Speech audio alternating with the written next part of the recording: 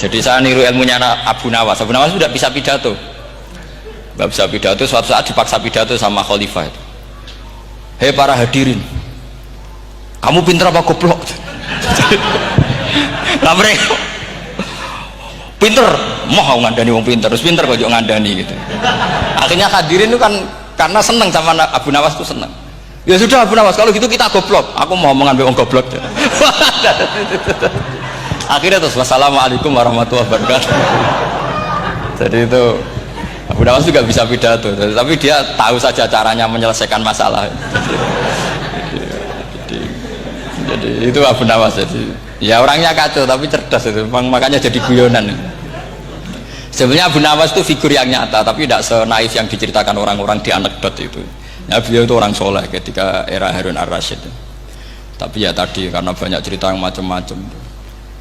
Ya, Abu Nawas itu, makanya ini cerita anekdot. Jadi riwayatnya nggak jelas tapi lucunya jelas. Jadi itu. Dia itu mangkel punya tetangga profesor ahli astronomi. Adiknya itu mau iso omong kok. Abu Nawas mau pinter mau amale omong kan masyhur itu, dia cerita hari Senin tanggal sekian lihat Abu Nawas di alun-alun mau terbang. Orang lihat semua itu Abu Nawas itu ya sudah di podium ya hanya gitu-gitu. Kok nggak mau terbang-terbang? Ya mau itu ya tidak. Wassalamualaikum warahmatullahi wabarakatuh. Yang bilang Abu Nawas terbang siapa? Abu Nawas mau terbang. Yang namanya mau itu ya tidak.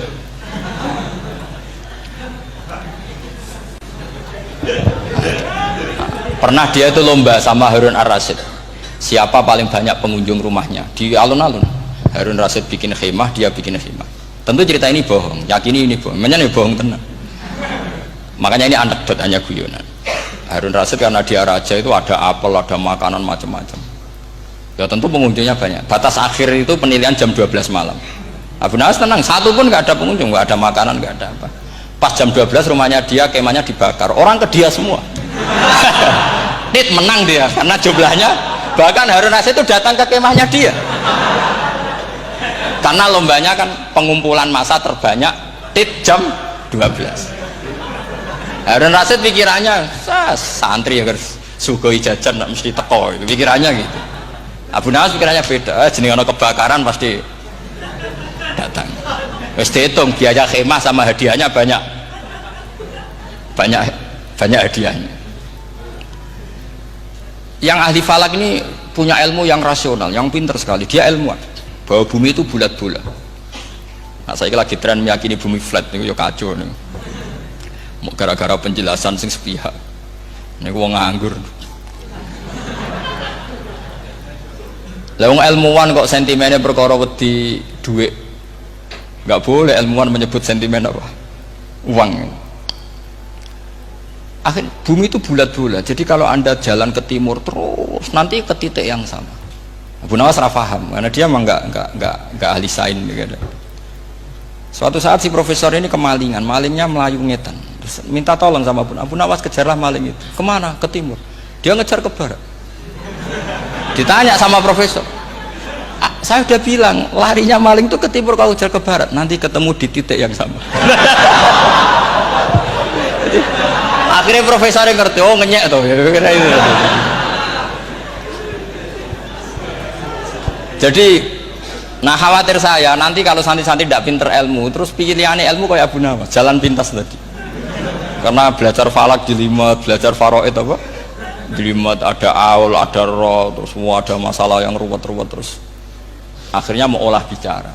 Ini musibah, inna lillahi wa inna ilaihi raji'un. Itu tidak boleh. Quran tidak mengajarkan itu. Quran tetap mengajarkan ilmu meskipun ada nilai seninya. Ya tadi nilai seni tadi, misalnya Allah mencontohkan daraba wa masalah rajulan fihi syuraka. Terus kedua uniknya Quran itu begini. Setelah dipikir itu nyata-nyata lebih detail. Misalnya begini. Ketika Allah mencontohkan ba'udah itu nyamuk. Itu orang-orang kafir itu bilang gini, "Ya Muhammad, Tuhan Anda kehilangan stok ilmiah. Sehingga contoh itu enggak yang dahsyat tapi sekedar nyamuk. Wong nyamuk kok digawe contoh. Mbok ya contoh itu dinosaurus, tak jerapah, tak apalah yang keren itu. Mosok contoh apa? Nyamuk. Terus Allah menjelaskan innallaha la yastahi ayyadriba napa mathalam ma. Contoh apa saja. Apa saja itu ditafsiri ba'udatan fama fawqaha, entah itu nyamuk, fama fawqaha, atau yang di atasnya nyamuk, maksudnya di atasnya itu fil killah atau fisihor, atau yang di atas nyamuk, yang lebih kecil ketimbang nyamuk. Sekarang saya contohkan kata Rasulullah, contoh yang kecil saja, nggak usah bikin nyawa, nggak usah, itu terlalu mustahil.